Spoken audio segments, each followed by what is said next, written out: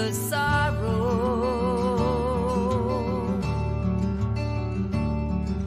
Say hello to the sorrow.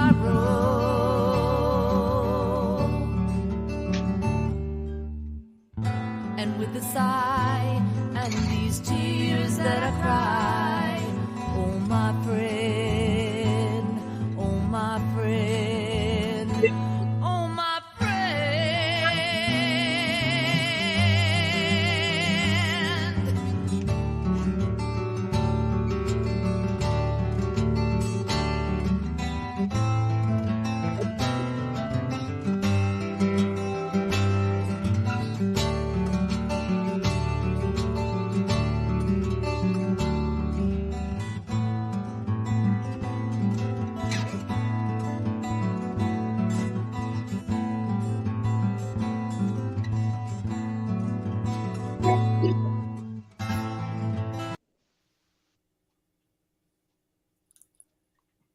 Hello, everyone. Welcome to the Last Goodbye Dashbook Heroes of America. I'm your host, Johnny Pizza Fratangelo, along with my executive producer, Nicole Fratangelo-Berardi, and our commentators, Ray-Stingray and Ralph Narciso. Today we have a special guest. He's a 25-year veteran from the Navy. He was a commander, and his name is David Hostletter. So we're going to hear all about his story in a little while. And I just want to thank the performer of our song, theme song, which is Say Goodbye for the Last Time by my good friend Roberta Roberts, who wrote and composed it. All right, so let's get on with the show. David, introduce yourself. Let us know all about you. Good evening, everybody. David Hostletter here. About me, I was born in Pennsylvania, southwestern Pennsylvania, and grew up there, went to public school, and was fortunate enough when I graduated to get an appointment to the United States Naval Academy. Spent 4 long years there that seemed like 6. And graduated, got commissioned as an ensign in the Navy, and went and was assigned to ships. My first ship was in Philadelphia, so I got a little Philly in my background from western Pennsylvania over to East Pennsylvania. And then did a number of different shore tours, including some recruiting duty and some graduate studies. But served on amphibious ships, a tank landing ship in San Diego, and a helicopter assault ship in San Diego. And then after some more shore duty, I ended up being the executive officer on a guided missile frigate, the USS Kurtz. And after that was the chief staff officer of Amphibious Squadron 3. And deployed for Operation Enduring Freedom in the latter part of 2001 after the 9/11 attacks on New York City. We deployed in December that year and spent about 6.5 to 7 months off the coast of Pakistan doing the nation's business at that point. During that time, I was actually assigned to the German Navy for about 6 weeks as a liaison officer to the admiral on that staff. And then went back to finish my last shore duty at the Navy Recruiting Command headquarters in Tennessee, where I worked marketing and advertising, and kind of got a tip on a post-Navy job as a public relations guy for the Navy in San Diego. Went back there, worked there for about 7 years, and left that job and moved to Daytona Beach, Florida, and that's where I'm sitting right now. Well, you've been around. I actually didn't move as much as a lot of people do in the Navy, but I've been around the block and back a couple times. Did you ever have shore duty at all? Yeah, the shore duty. I was on a lot of training shore duty. I spent some time in Newport, Rhode Island. All of the surface warfare officers get their training in Newport, Rhode Island. So I was up in Newport for every month of the year throughout my career. And Newport's a great place to be in the summertime if you're there for those 2 weeks. And but Newport was great. I did recruiting duty in Jacksonville, Florida. Did graduate studies, as we were talking about earlier, in Monterey, California. Also did some shore duty in San Diego. And then, like I said, Millington, Tennessee for my last shore duty. And that's just north of Memphis in the western part of Tennessee. So So yeah, I've been around the block and got to see and do. I mean, the deployments were where I got to do a lot of things. One of the actually in my last tour, while I was at Recruiting Command, because of Operation Enduring Freedom, they had these augmentation requests, and I got tagged for one, and I ended up working 6 months at the embassy in Muscat, Oman, which was pretty cool duty. I was living in a hotel for 6 months during the war, so my war experience was not the same as you guys. So the guys that live in Vietnam and all that, I can't even hold a candle to the things that they experienced and had to go through. I had a pretty good experience at the time in my 25 years. No complaints. Well, I have some complaints, but I won't share them here because those people should not be named. Okay, David. What made? Well, you. Yeah, good, Ralph. Good.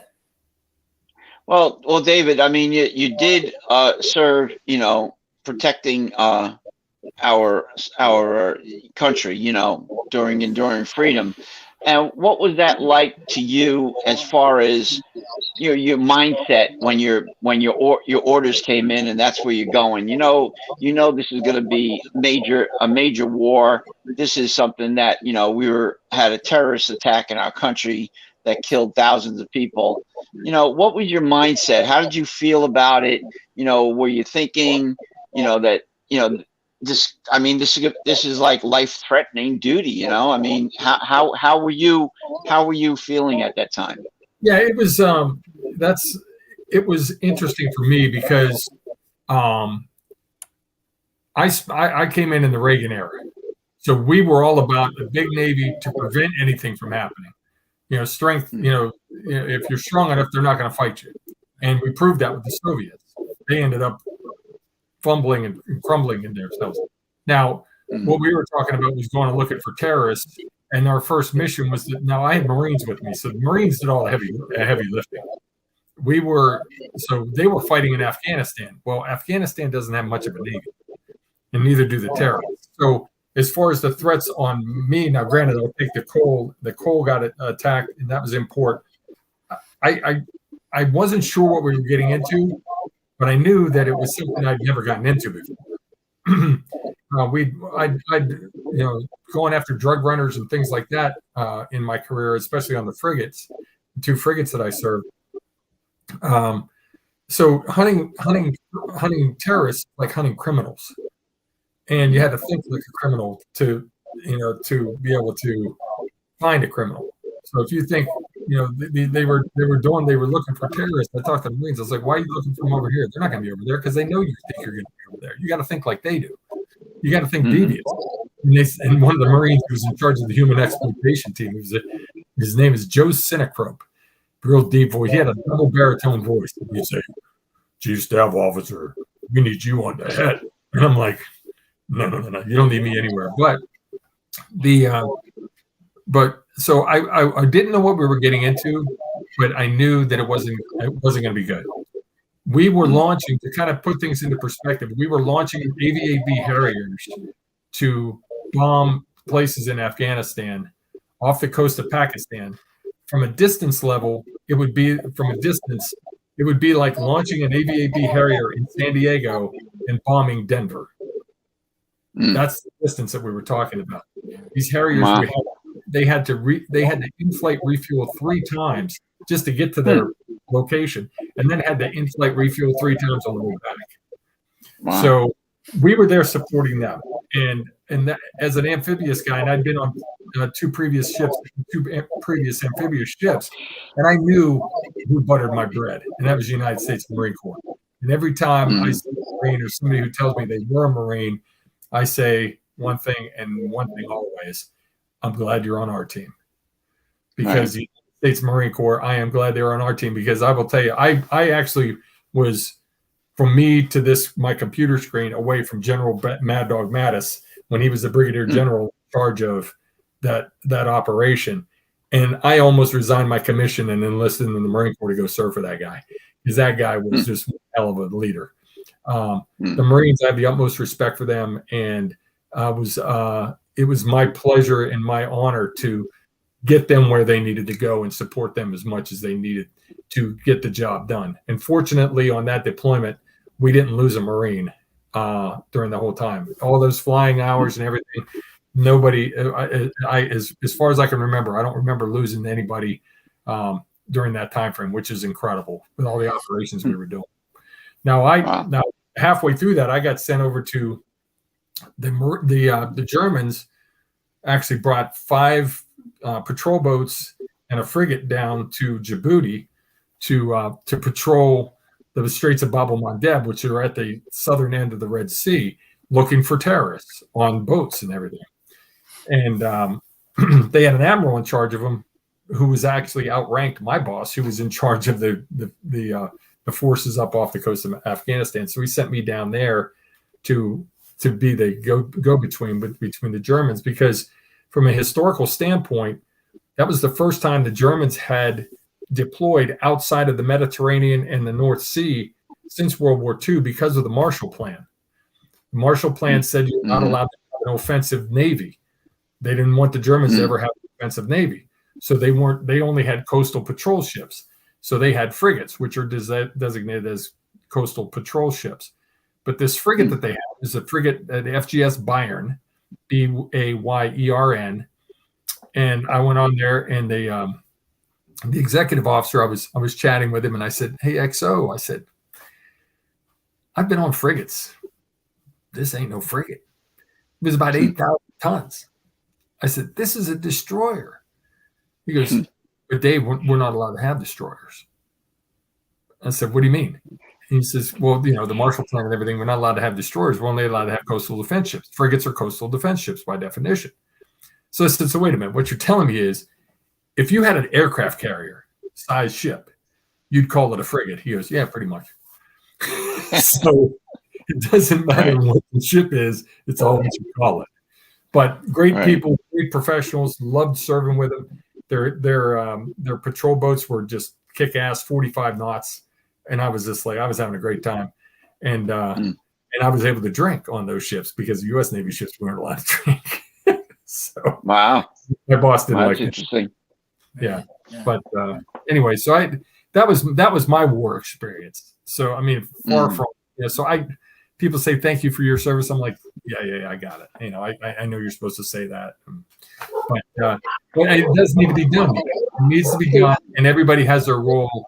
And it's just like a football team, the wide receivers and the quarterback and the running backs get all the glory, but somebody's got to be the offensive lineman, And I formed an offensive lineman form of leadership or philosophy on leadership when I was younger, because offensive linemen do 2 things: they run block and they pass block. And more times than not, as an officer, you're pass blocking for all the skill guys behind you. The technicians and all those guys that know how to do stuff. Every once in a while, you got to block and knock people down because they're getting in your way of your guys doing your stuff. Run blocking is a hell of a fun. Ask any offensive lineman.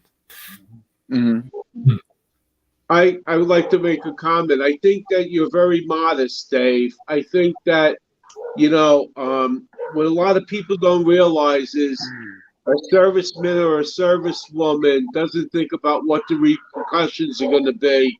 They just go in and they do their job and they get out. And then when you're all together, you sit down and you start talking like, did we really do this? So I think that you're modest. I think that you contribute a lot into society. And because of you and pizza, that this world is a better place. Because of you guys. And that's what I think that people forget. The ultimate sacrifice that you guys make to make my life a better life, is beyond, I couldn't even explain how thankful I am for you people. Well, and you're welcome. You're welcome. It's not I believe, and this is Dave speaking, it's not my job to tell you how much you should be thanking me. So I tell you what I did. If you appreciate that, you're welcome. If you don't, I did it. I mean, so it's not my job to pat myself on the back. It just gives you a hurt. Right, but Right. you see, like the way I look at it is that you have done, like, there's nothing that you can't do when you're in the military. There's nothing that you can't do. There's no such word as can't. It's I'm going to get the job done, and that's it. Mhm. You know, there's no second guessing or third guessing or giving up. Because if you give up, then the whole team gives up. Right. And then that costs lives. So Right. I really believe that you're very modest. Like pizza all the time is modest, you know, but you guys take major chances in life. And every minute that you're in the military on that ship is a risk. You know, no matter whether it's a safe mission or a dangerous mission, there's always that chance. So thank you so much You're for very, in my heart to make my life a better place to live. you're very welcome. Very welcome. And I appreciate your comments. One of the things that I always kind of liken my career to is, and if you're football fans, and I know you guys are from New York, so you're gonna probably cringe when I say this, but I grew up in the 70s during the Steelers' heyday, 4 Super Bowls in 6 years. Mm-hmm. Out of those 4 Super Bowls, those years, 4 Super Bowl years, they had a coach named Chuck Noll. Chuck Noll never won Coach of the Year. Yeah. But he won 4 Super Bowls. Right. His people were successful because he set them up to succeed. And my job is to set my people up to succeed. I had numerous officers. I never got command of my own ship, but I had numerous officers who went on to command ships, which means they were successful. Or at least the Navy deemed them to be successful. So their successes were my successes. It doesn't necessarily hang on my shirt or anything like that. But I like I said, I look at it like Chuck Noll is. I never won Coach of the Year, but I had a lot of Hall of Famers play for me. And I had a lot of Hall of Famers play for me, and they made me look good despite of myself. Because I was that good. Yeah, that's like just like kings in the old days in the Old Testament. They'd win a battle they'd get the credit. Not all the guys who actually won the battle. Yeah, well, and I'm a big Clint Eastwood fan, and Clint used to say in one of his movies, he would say, "Man's got to know his limitations." And and back to that first job in the Navy, I had a hull technician, Richie Chardon. Richie ended up retiring as a Master Chief, but he was older. I mean, I was 23, so he was probably 35, so he was ancient. And I went in, I got yelled at by the XO, and I came into, I was an ensign, second lieutenant level. And I came into the shop, into the repair shop, and I had hull technicians. I had, so welders, machinery repairmen, and damage controlmen working for me. And I came in all full of piss and vinegar and yelling and screaming because the XO yelled and screamed at me because that's what you did, right? You got yelled at, then you yelled at somebody. That's the way it worked, or didn't work. So Richie, Petty Officer Chardon at the time, looked at me and he goes, "Hey, sir, if you want to run this bleeping shop, go right ahead. I'm going to go take a nap." And now my brother was a hull technician in the Navy, 2 years older than me. And he knew how to weld. I didn't know how to weld. Enter life lesson number 1 for Dave in the Navy. Your job isn't to weld. Your job is to take care of the welders. And I used that philosophy for my whole career. You got to take care of the people that take care of you. Just like Chuck Noll took care of his guys, you got to take care of the welders because you got to make sure they're trained. You got to make sure they have the right materials. You got to have the right working environment for them. When the captain wants to know when's this going to be fixed, I go up there and I do my offensive lineman saying, "Captain, my guys got it. Leave them alone. Just we'll get there. We'll get there." And so that lesson from Petty Officer Chardon was one of my first real lessons in leadership provided by one of my guys. And I learned early on who butters my bread. And it sure wasn't me, and it sure wasn't the captain. Hey David, let me ask you a question.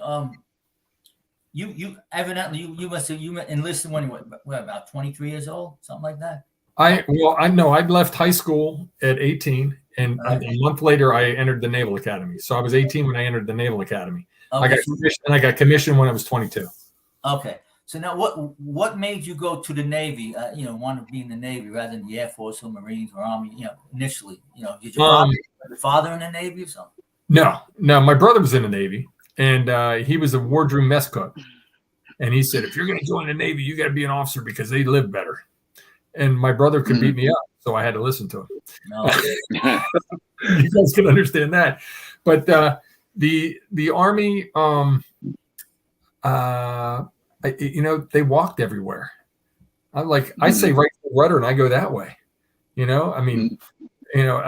the Navy just seemed to have a better, and one of the things, and when I was a recruiter, I used to use this pitch all the time when I was a recruiter, was that, and I recruited in Jacksonville, Florida. So obviously, there's beaches around, but I said, I would tell these guys, because they're going to University of Florida and they got surfboard on their car. And I said, you got to tell you this. I said, we don't all live on the ships. We live on land.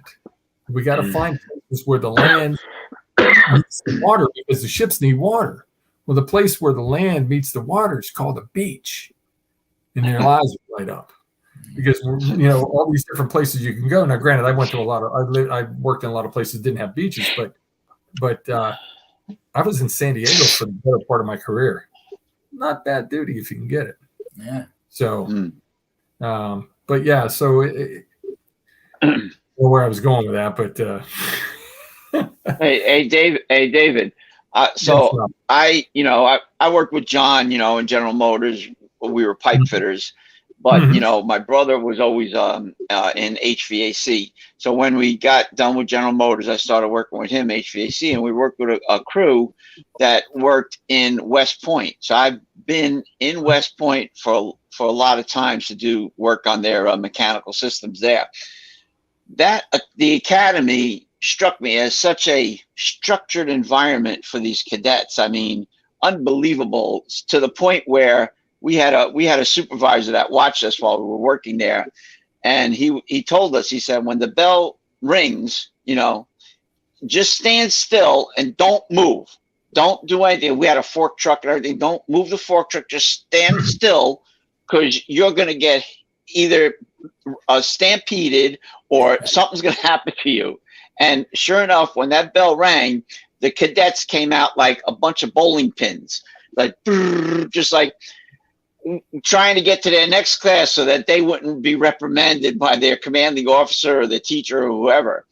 And It was like, it was something to watch. And more than that, I mean, it's such a structured environment, the place. I mean, even to anybody that you dealt with, that military type, I mean, strict military.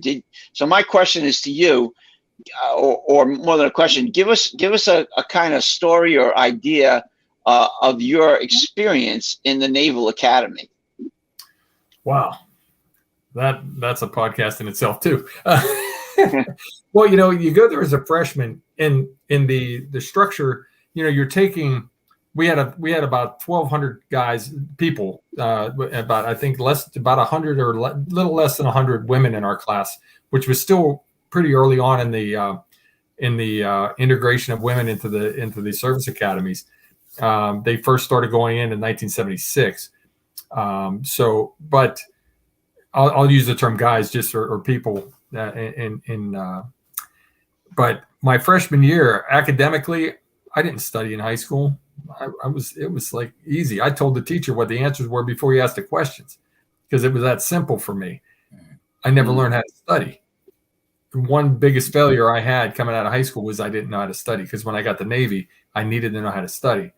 Academics hit me in the forehead. You took my GPA and multiplied it by 100 at one point, and it wasn't my weight. You took halfway through my semester, I was a member of the square root club, which means if you take the square root of a number, it's smaller. If you took the square root of my GPA, it was actually bigger, because it was less than 1. And I thought I was going to be heading home. I thought I was on my way to Penn State. And I had some really, really good friends who helped me, drug me along. And as a matter of fact, one of them unfortunately passed away this past year. in a boating accident, canoeing. But wonderful, wonderful people. The biggest experience that I think I gathered from the Naval Academy was I looked around and, in that camaraderie, and you all know this, especially John, that camaraderie, you look to your left, you look to your right, those are the guys that are going to have your back. And they had my back then, they have my back now. Every Wednesday, we were in the 22nd company at the Naval Academy. Once COVID started, every 22nd day of the month, we get together for a Zoom call and just have a drink and tell stories, kind of like we're doing right now. And these guys are incredible people, and the experiences that I had with them, the stories that we can tell, it's just that knowing that those guys 30 years later would be there for me if I needed them. Fortunately for me, I haven't needed them. But if I did, I know I could pick up the phone, I could send an email, I could text and say, hey, I got a problem, I need some help. And they'd be there for me. Right. And that's probably the biggest takeaway I had from the Naval Academy. It stunk. My freshman year, I thought I was going home. I was in tears on my bed, thinking I was a failure. And I had never failed at anything. And how do I go back to the one-horse town that got its first traffic light when I turned 21, and now that I'm 59 has all the way up to one traffic light? That I failed. I was like, like the coming of Jesus. Then when I went off to the Naval Academy, and I'm going to fail. I can't do that. I wouldn't have known how to. I probably would not have gone home because I wouldn't have been able to face people. Right. But those guys, those friends that I had made in that freshman year, are still very, very close friends right now, and we get together as much as we can. And like I said, do the Zoom calls and everything, just to maintain that camaraderie. But I will the other more other than graduating, and I'll end with this. Other than graduating, the most memorable and the most proud moment that I had, or the most, I don't like to use the word proud, but I was able to be on the color guard my senior year because we won the color company, and we were the best company my junior year. So the next year we got all the benefits of being the color company, which meant carrying the colors during the football games and during parades and things like that. And I was assigned to carry the Marine Corps colors. And the Marine Corps colors, as you all know, probably have numerous battle streamers at the top for every battle that they've been in, which is a lot. And before the game, I was for the Army-Navy game that year, we were in Philadelphia, we were at Franklin Field, and my buddies went off to get something to drink, and I said, I'll guard the colors while you guys go. And the colors started to fall. And I went to call them, and the Marine Corps battle axe sheared off straight off the top. And I'm like, I saved the flags, they didn't hit the ground. But now I got a battle axe that, so we go underneath Veterans Stadium to the workshop, to the machinery repair shop. And this guy's pounding nails in there, and he puts the thing on the top, and it's hanging there, and it looks like, it'd been, in a long opposed city far too many times. We're doing present arms for the national anthem, 30 seconds of silence for those who've passed, echo taps, and all this, and the wind's blowing 20 miles an hour. And I'm going, please don't fail me now. Please don't fail me now. We marched off that field, and I'm like, because if those colors had fallen, if those battle streamers had fallen off that flag and that had gotten on television, there wouldn't have been a Marine around that didn't want to kill me. And they know what to do. Well, that's great. That shows your commitment. Well, I was scared. I was scared. Like, to Jesus, man. Oh man, just don't fail me now. Don't fail me now. Hey, Dave, I got a question. You said you were in Philly, right? Yeah. Okay, so let's just get down right to the nitty gritty. Which was your favorite, Pat's or Geno's, for the record? I was a Pat's guy. All right. I was a Pat's guy, but the thing is, I will tell you, I don't remember ever getting a Geno's steak. Really? I don't ever remember. I'm not sure. I may have, but I don't ever remember getting a Gino steak. But I do have a Pat steak story, though. Okay. My buddy John and I were out steaming one night. We said, hey, let's go to Pat's and get ourselves a steak.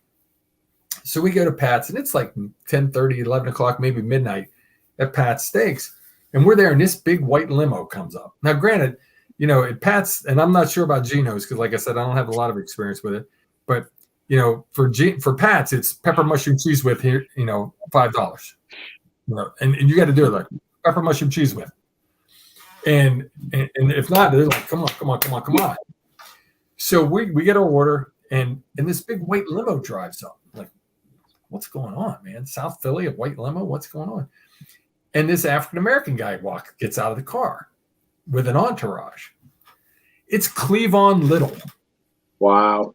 He was in town for a mayor's conference or something. And so John and I go up to my buddy John and I go up to him and say, hey, are you getting a steak here? And he goes, yeah, I'm going to get something to eat. I said, okay, here's how you do it. Because if you don't, they're not going to care that you're Cleavon Little. Okay. Yeah. So our claim to fame that night was that we taught Cleavon Little how to order a steak at Pat's Steaks. Right. With and cheese whiz, the whole 9 yards. Yeah. They'll kill you if you don't get it right. Let's go. Come on. Yeah, and I'm like, so I didn't want him to be embarrassed. So we helped the guy out. We helped the brother out. Let me ask you a question. Forgive my ignorance, but who's Cleavon Little? Blazing Saddles. Oh, okay, I got you. All right. He was the black sheriff. Yeah, I figured I didn't know his name. Great. He did a lot more than just Blazing Saddles, but I think if I say Blazing Saddles, you will recognize. Yeah. Hey, David. Sorry. I'm sorry, Ray. Go ahead. No, go ahead, Ray. You want to finish your thought? The second question that I have is going to be a tough one. What was the toughest decision that you had to make in your 25 years in the military, if you look back? The toughest? Yeah, the toughest decision, like that, that you made the right decision, but it was a tough decision.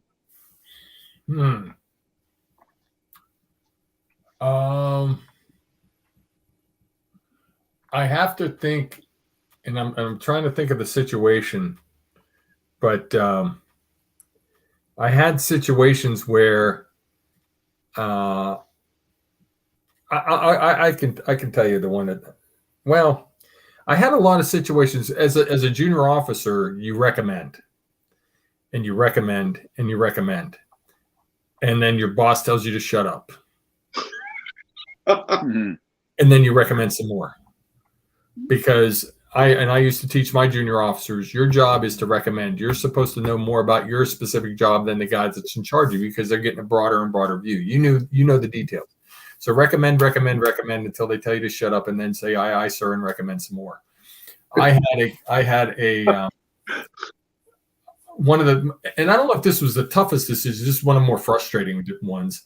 I was in charge of training my the fire parties for import duty. If there's a fire or flood or something like that, the duty sections had to be able to handle it. And there was one time where we had to do a drill outside, but it was Philadelphia. It was February. It was icy, rainy, and real slippery outside. And we were supposed to be outside for this drill. Well, my boss was a lieutenant commander, a major, and I was an ensign. And he went to Texas A&M, and he didn't like the fact that I went to the Naval Academy. Uh-oh. Nor did my commanding officer, and I'll follow up with a commanding officer follow-up to this, kind of goes along with this story. I told him, I said, let's move this drill to tomorrow, the next day, and then we'll switch the other one to do it inside today. I said, I'm handling the schedule. It won't be a problem. He said, that's my recommendation. He goes, do what's on the schedule. Aye, aye, sir. Next day, I see one of my sonarmen, Petty Officer Rollins, STG-2, guided missile sonar tech, on crutches. So what the hell happened to you? He says, I slipped yesterday doing the drill, and I tore the ligaments in my ankle. I went to my boss, 01 to 04, closed the door behind me, and I said, I effing told you that somebody was going to get hurt or something was going to get broken yesterday if you did this, and you didn't listen to me. And he closed the door, and he said, I'm a lieutenant commander, and you're an ensign, and you won't listen to me. And I said, fine, next time I'll let you kill yourself. And I walked out. Then I got a fitness report where my commanding officer handed me my fitness report. And this is probably what kept me from getting command of a ship as an ensign. Got a fitness report that said, and the captain said, that ring don't get you crap around here. It would only even say crap. And that ring being the Naval Academy ring. And he went to Mass Maritime. So, wow. So you deal with that I dealt with that kind of stuff. I don't know whether they still deal with it now or not, but people are like, I didn't think I was any better than anybody else because I went to the Naval Academy. I was just who I was, and I handled things certain ways. But that commanding officer had a vendetta against me because I was who I was, and he wasn't. But you know what? You have that with any military or city municipality, cops versus firemen versus cops, EMTs versus, but when push comes to shove, you take your differences aside and you do the job. But this, it's like, the firemen, playing hockey against the policemen, it's just a rivalry, but, again, you take your differences aside and you do the job and you get it done. Well, that's one, and you bring that up. That's one nice thing about the Army-Navy football game. Right. It's like the first thing they teach you when you get to the Naval Academy is beat Army. Okay. Beat Army, beat Army, beat Army. And then they're up there saying beat Navy, beat Navy, beat Navy. And after the game's over, you put your arm on their shoulder and go, hey, man, that was a good game, wasn't it? Because it's all about just the competition and everything. But it's not like, because I know they've got a job to do and I've got a job to do and we're going to do it together. But yeah, like the firemen and the policemen, oh my gosh, those guys, man, they leave the house every day. They don't know if they're coming home. There's more fights in the stadium than on the hockey rink, for God's sakes, The guys say, hey, who you with? I'm with those guys, Who you with? I'm with those guys over there. Yeah, I know exactly what you're saying. That rivalry is, but it's good. It's a good thing for morale too. Oh yeah. I mean, it's just, but I think, I think that's more than just rivalry. What you experienced, David, because you have a person that's absolutely is thinking that you're somebody special because you went to the Naval Academy, and it's not easy to get into the Naval Academy. Number one, number two, he may have been trying to get into Naval Academy and couldn't, so that kind of thing is kind of flourishing inside him, Yeah, as a young officer, though, I realized, and it ate that whole. I had 3 different situations, one with his officers, one with his crew, and one with his family, actually, where they spoke more highly of they spoke highly of me in front of him, including his kids, and I was just being me, and it wasn't. So I realized after a lot of contemplation it wasn't me, it was him. He had an inferiority complex. And I don't know how you can be commanding officer of a ship and have an inferiority complex, but he seemed to pull it off. Funny. And so I mean, I was just being me. So if you're so if you don't like it, sorry, I'm not changing. I hear what you're saying. Now I'm 59 years old. I hear what you're saying, and that my life experience in that was basically mostly in General Motors, where John could tell you there was many foremen who would absolutely, rail against the union personnel and think they were much better than you and much more knowledgeable than you. And thank God I learned from mechanics like John. I learned the right way to do things so that when push came to shove and I was countered by one of these foremen who thought they knew more than me, I'm sorry, I was taught by the best, and I knew my shit. Excuse my language. I knew what to say. I knew what to say, and not in a disrespectful way, but I got my point across. And it happened all the time. So I can understand what you were going through. It's more than just a rivalry. It's an inferiority complex, like you said, and it's just something that, you know, it pervades society today. It pervades society in so many ways that so many people think they're better than others just because where they went or something like that. And I can see that he was probably thinking that way about you. Yeah. You know what, Ralph? It's just the politics of life. You know, everybody, you know, there's always somebody that can do it better than you, you know, and then so that person thinks that they're better than you. And so if you got a better way, show me, you know. That's the way I always was. But remember what I said earlier. If they don't cook your dinner, if they don't pay your rent, if they don't sleep with you in the evening, you know, after when you go to bed, their opinion don't matter that much. You know, they might take your job away from you, but if you're that good, you'll find a job somewhere else. Yeah, you know, you don't have to placate people. You do what you're gonna do because it's the right thing to do, and because that's the way you were raised, and you have that. You know, that's the mentality that you have. And I did have an admiral ask me one time what I thought about something. He goes, "This is what I'm going to think about doing for you for your next assignment. What do you think?" So I told him. He didn't like it. And I got yelled at. And I said, to make a long story short, I asked the chief of staff. He said, "You told the admiral that you didn't like his idea." And I'm like, he asked me what I thought, and I told him, "Don't you guys tell him what you think?" Because if you don't, I'm in the wrong place. No. And they were like, and they didn't know how to handle me. And that admiral never talked to me again the whole time I was there. He was the one who ended up going to the Naval Academy as a superintendent and getting asked to leave after 2 years, not getting a third year. Oh my God! Which is doesn't happen. You normally get 3 years there, and he only got 2. So, so I had him read properly too. So, but once again, you ask me my opinion if you don't expect to hear it. Right.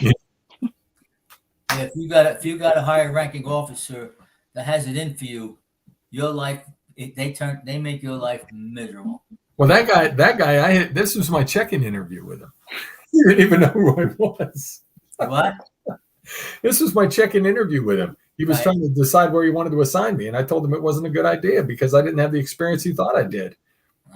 And Pizza. Was like, "Oh my gosh, you told him it was a bad idea?" Hey, Pizza, you might as well say to the guy, "Hey, you want me to tell you the truth, or you want me to lie and make you feel better?" You know? Right. You know what I mean? See, I didn't even have to be that confrontational. I just said, I basically gave him a short spiel on who I was and what I thought, how I could best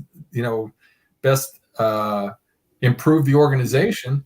And my skill set was with sailors, and the assignment that I had 35 sailors working for. I said, that's where my skill set is working with people. You got 35 sailors over here. I can work with these 35 sailors. They wanted me to run from.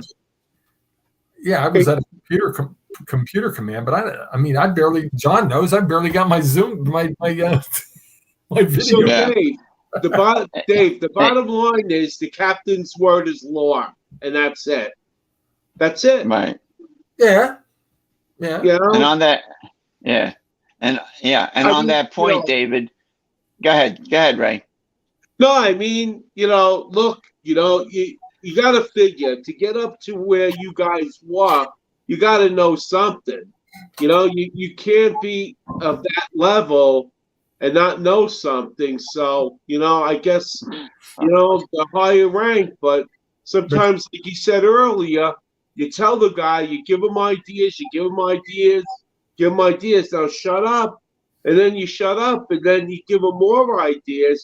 But if you don't give them the ideas, then you're in trouble anyway. So you might as well give them the ideas. Yeah, but the thing is, but in this situation, Ray, you got to know what you don't know. And I knew I didn't know it, so I told him I didn't know it. To kind of paraphrase the general from way back, but you got to know what you don't know. And I didn't know what he thought I knew. And if that's so. anyway. So by on the way, that point, I have a question for you, Dave, because like what you were talking about with this whole thing with the commanding officer, the admiral, and all that, and I just want a counterpoint on Ray. I disagree a little bit because I believe just because you got a rank doesn't always mean you know as much as people lower than you in rank, for sure. Oh no, But Ralph, you know, I do for sure.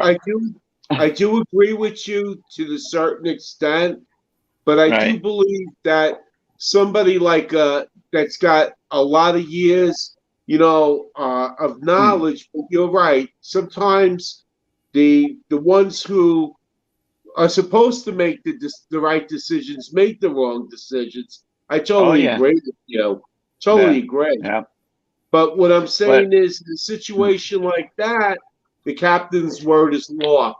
I can only suggest to you, if you want to do what you want to do, I can't change you.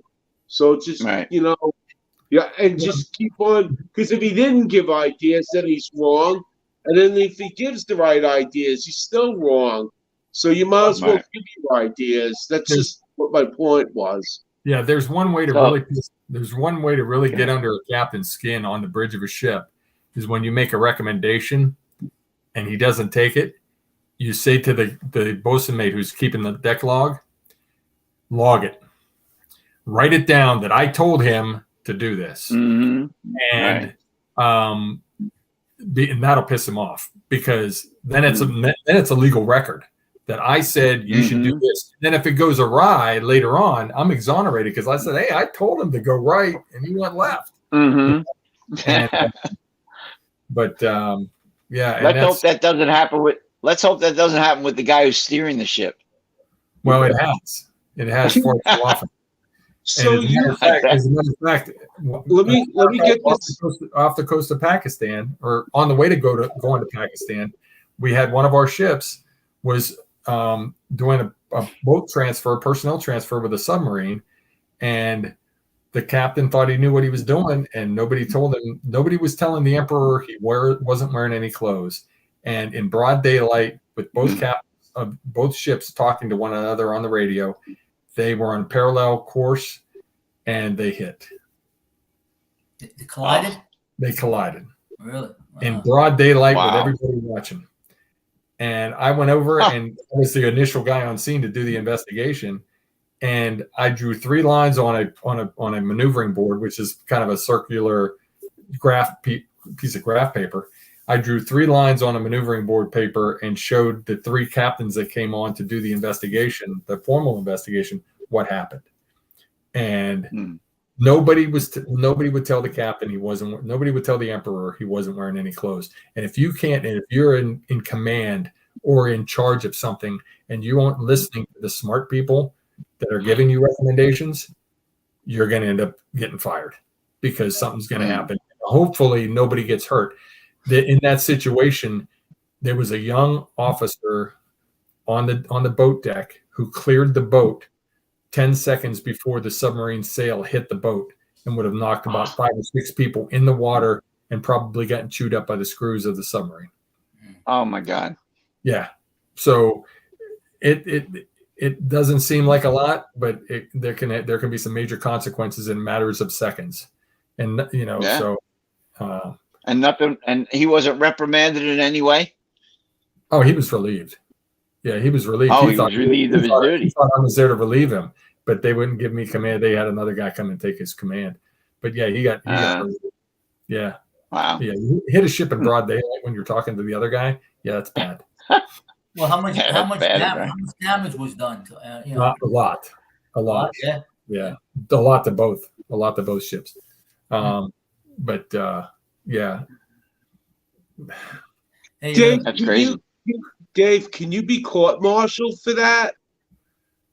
You can be, but they don't normally court-martial you for those things. It depends on the amount of damage that's done, and if they find that there was like grievous,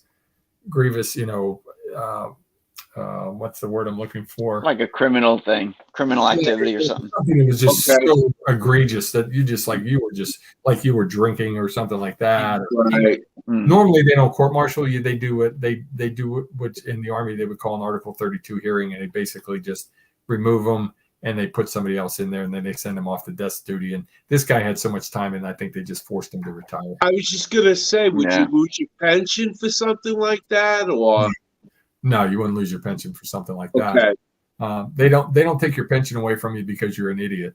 You would have to be a little bit more grievous than that. You would have to be something calculated, something that you were trying to defraud the Navy or to defraud the government, something like steal money or something like that, or right. But that would go to a court-martial probably. But in a situation like that, you're just bad at your job. So, and unfortunately, he was bad at his job. But he was one of those guys that he was right, and he was always right, and don't question him. And those are the guys that fail because they got there's one guy. The guy. Remember the Exxon Valdez situation?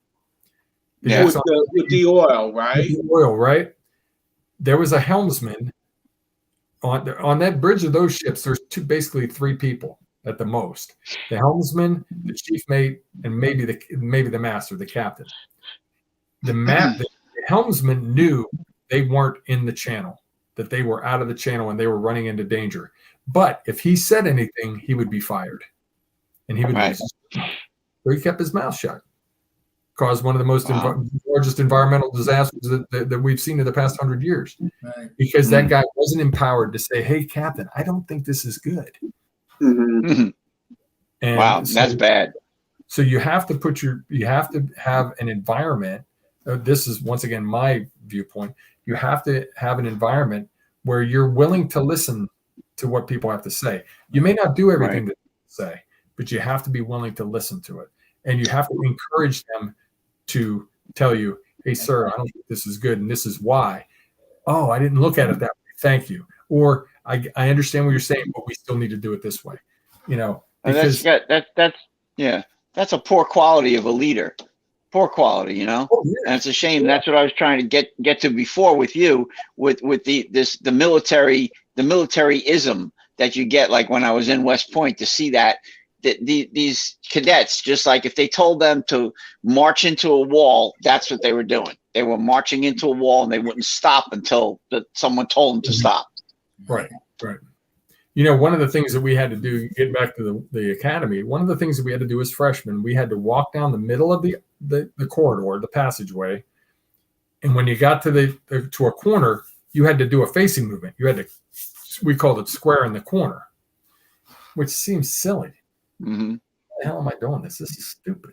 Nobody else is doing it. Then as I got a little bit older, because if you didn't square the corner, what did they call it? Cutting corners. Now, what happens when you cut corners? That's when people get hurt, things get damaged. So as a freshman, they're teaching me, you got to go down here and you got to square that corner if you don't want to cut corners. And that kind of got ingrained in your thought process is, hey, I'm cutting corners here. And they go, oh, I don't want to cut corners. So, as much as you look at the West Points and the Naval Academies, the Air Force Academy, and Coast Guard Academies, and you go, why are they doing this stuff? This just seems silly. There's some sort of a background to it. And they may not even know what the background is, but there's a reason for it. There's a lesson. There's a lesson. And then there's somewhere. And if you find it, good for you. Otherwise, you just, hey, it's like a police call in the Army. The first thing in the morning, you get up, you line up, and you in the line, and you go forward, and you pick up every cigarette butt, every scrap of paper, whatever you can find. This is training you to look for things and find things. You know what I mean? It seems stupid when you're doing it. But there's a lesson there to be learned. Yep.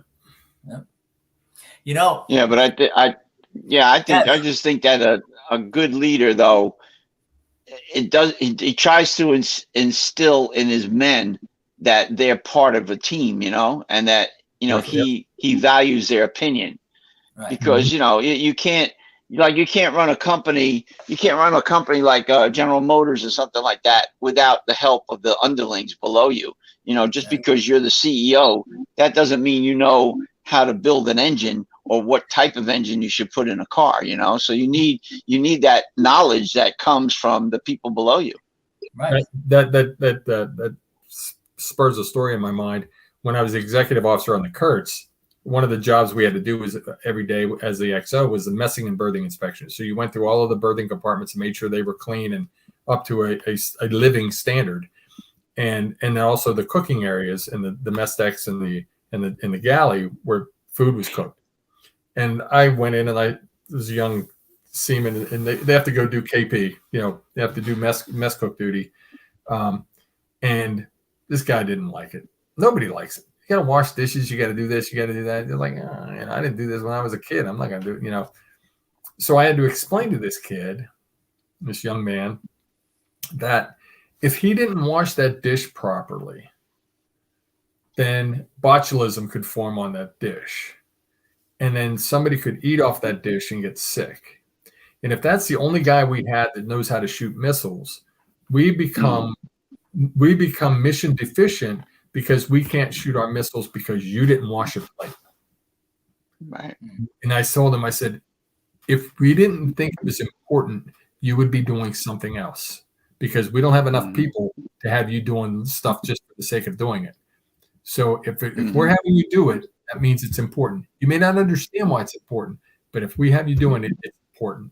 And so the dishwashing situation, and he looked at me, and he kind of, you know, I think I saw a little bit of a glimmer of a light bulb. I don't know, but but I mean, that's the way it is. It's like everything that it's like an offensive, you know, the offensive line on the football team. We'll go back to that. Right. If the right guard doesn't make his block, but the right tackle makes a great block, may not matter, because the guy that the right guard was supposed to block is going to make the tackle. Everybody's got to do their part, and it all has to come together. And it's the officers and the leadership, the senior enlisted folks, that have to orchestrate that to make sure that it all comes together. And it's not easy. It's not. I mean, imagine on an aircraft carrier, you've got 5,000 to 6,000 people all working, doing different things to make sure that the airplanes are launched, the crew is fed, the nuclear reactor is working. I mean, come on! Oh my God, it's incredible. Right. That's so much fun to watch if you go on, like you watch it on History Channel, anything about aircraft carriers, especially the flight people, the deck crew, the way they work together, and it's all hand signals because they can't hear anything. You know, it's amazing. Yep. Really is great. That's why people like you are appreciated. And I know you're modest and all that, but for being able to go through that, to learn that, and to have it ingrained in you, so you work like a clock. That's where the appreciation comes in. Well, you're welcome.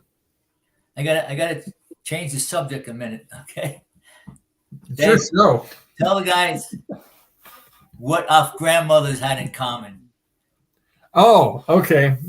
Well, my dad's mom and dad had 23 children.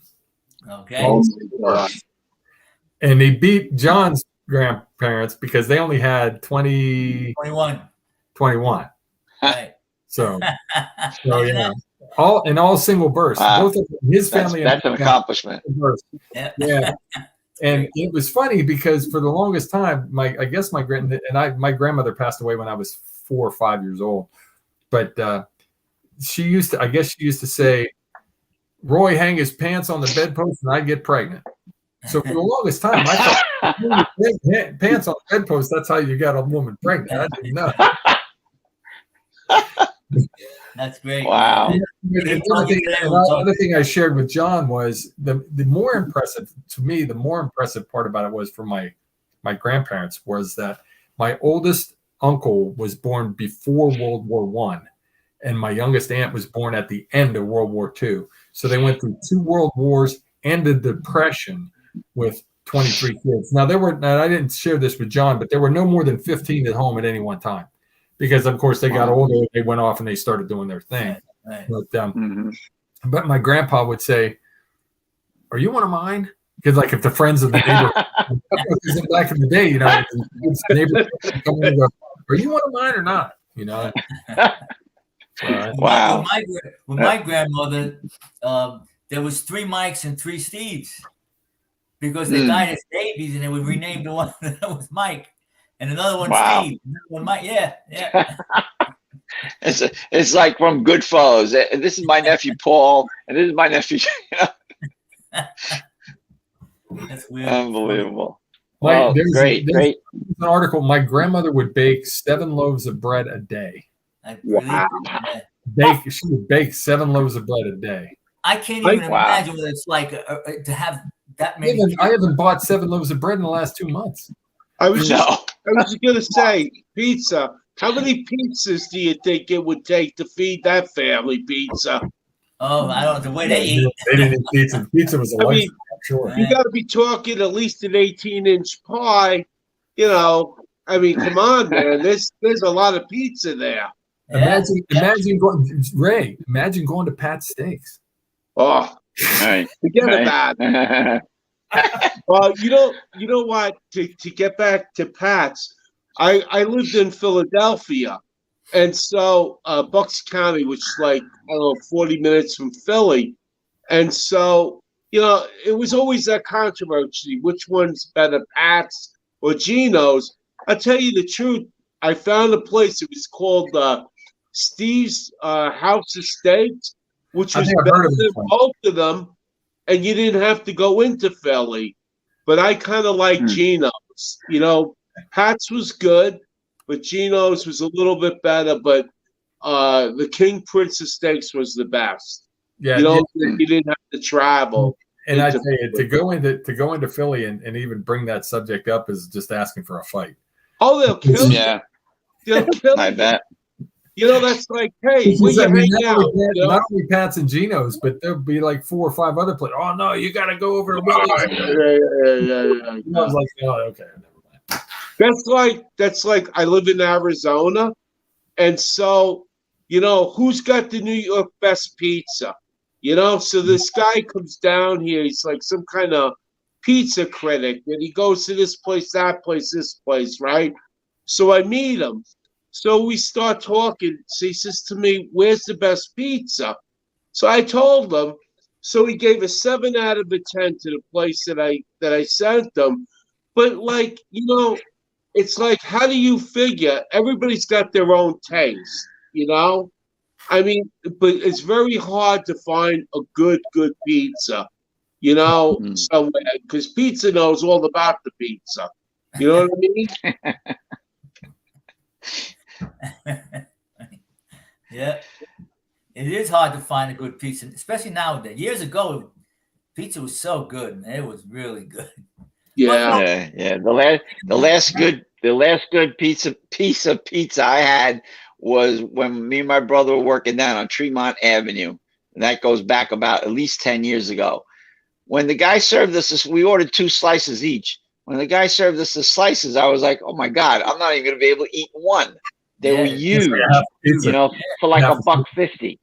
Yeah, unbelievable. Years ago, this pizza used to have the bubbles in it. Remember the bubbles that come on? Yeah. That's the good stuff. You don't see that in it. Huh? That's the good stuff. You know what? The pizza that my grandmother made was a real pizza. Today, That's how beef. Yeah.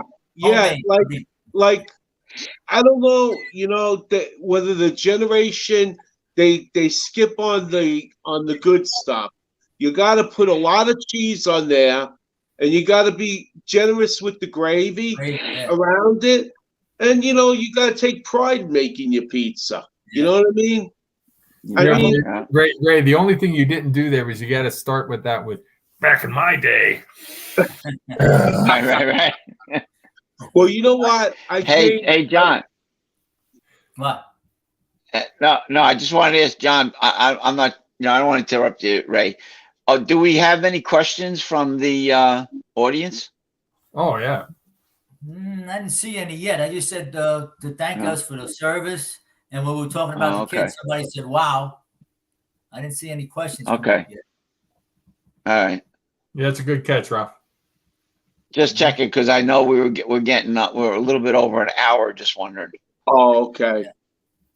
I could Nikki. yak another time. The what? What? I Ray? said I could chat another time. Okay. But no, Nikki. you know what? What? My grandparents had an Italian restaurant. My grandmother used to make potato and egg sandwiches, right? You cannot find a potato and egg sandwich out here in Arizona. And it's so simple to make, Really? you know? Right. Oh, yeah, very easy to make. Well, But- let me tell you a little quick story before we end it. My grandmother, who had the 21 kids, she was like, 5 foot tall, maybe about 4'8", whatever. Right? Nice and round, like a roly-poly, all right? They make their own dough, okay? Homemade dough. And we had this brown board, which was like 3 foot, maybe by 4 feet, right? And she'd sit down, all right? And she'd roll the dough, knead the dough, then cut a little chunk, and then she'd take the roll with her hands, no rolling pin, roll it like a round thing, long, right? Yeah. Right. Right. Then she'd take a knife, look like a butter knife, take her thumb, okay? It was called Fratangelo-Berardi. They looked like little German helmets, okay? And she'd take a little piece of it, fold it over her thumb, put it down. Thousands of them, okay? And they set them down on the board, and they wait overnight for them to get hard, okay? And then there was the Gavadellis, but this was the Fratangelo-Berardi that looks like the helmet. I'll never forget her sitting there all day long, man, just doing this with a thumb. Wow. Unbelievable, man. They were incredible people back then. Pizza, even to test the pasta, they would make the homemade pasta and take it and throw it against the wall. If the pasta stuck on I'm not kidding you, Ralph. I believe you. If the pasta stuck on the wall, it was a great pasta. If it slid down, it was no good. Game over. Right. That was the way the old people did. Yeah, we do that. Yeah. We do that. Yeah, and I'm not close to being Italian, but yeah, that's a cooking trick. Is this pasta cooked properly? And especially spaghetti. If you throw it against sticks, it's cooked properly, and then you can eat it. Yeah. If I did that on my wall, my wife would divorce me. She'd say, "Ray, what the hell's wrong with you?" I told her that one day. I says, "Anne Marie, and she goes, you got to be kidding me." I said, "I kid you not. That's the way the old timers did it." Amazing. Yeah. Amazing. Yeah, they make that dough, they cover it up and wait for it to rise the next day. You know what I mean? Then they sit down there, man. I'm telling you. Anyway, and Nikki, are you there? I'm here. Okay, I think it's time to go. Yeah, we're 10 minutes over. All right. Okay, we'll end it. All right. So I want to thank everybody for showing. Thank you, David, for coming to our special guest today. You're very Thank you, welcome. David. I enjoyed Thank chatting. Thanks, Dave. You guys are a lot of fun. And I appreciate you focusing on me. I still have the problem when it says heroes on there. But there's a lot. This country has a lot of heroes. And we talked about firefighters and police officers and school teachers. We didn't talk about school teachers, but there are a lot of heroes running around, and to be the same phrase with them is definitely an honor for me. So thank you very much. Very good. Thank you. And You're welcome. Thank you. People, The Last Goodbye. That's the book. Try to get it on Amazon. It's worth the read. David read it, right, Ray? Dave? Oh yeah, front to back, of course. Thanks. God bless everybody. We'll see you next time. All right. Stay well and healthy. All right. Good night. Good night, everyone. Good night. All right. Thank you. Bye.